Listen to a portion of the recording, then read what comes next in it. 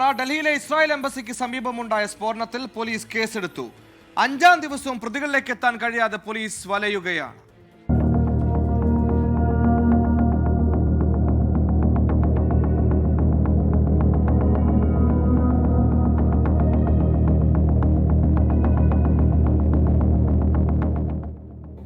Israel എംബസിക്ക് സമീപത്തെ നിയന്ത്രിത സ്ഫോടനത്തിന്റെ 5-ാം ദിവസമാണ് ഡൽഹി പോലീസ് FIR രജിസ്റ്റർ ചെയ്യുന്നത്.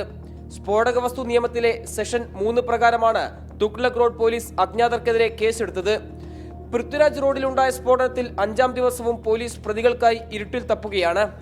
ജാമിയ നഗർ മെട്രോ സ്റ്റേഷനിൽ നിന്ന് ഓട്ടോയിലെത്തിയ വ്യക്തിയാണ് സ്ഫോടനം നടത്തിയതെന്ന നിഗമനത്തിലാണ് അന്വേഷണം തുടരുന്നത്.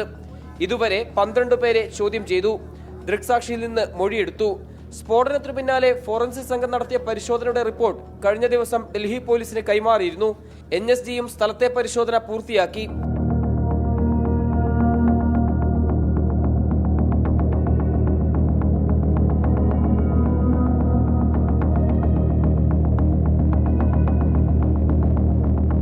ചൊവ്വാഴ്ച വൈകിട്ട് 5:10 ഇസ്രായേൽ എംബസിയിൽ നിന്ന് 250 മീറ്റർ അകലെ സ്ഫോടനമുണ്ടായത്. 24 ഡൽഹി.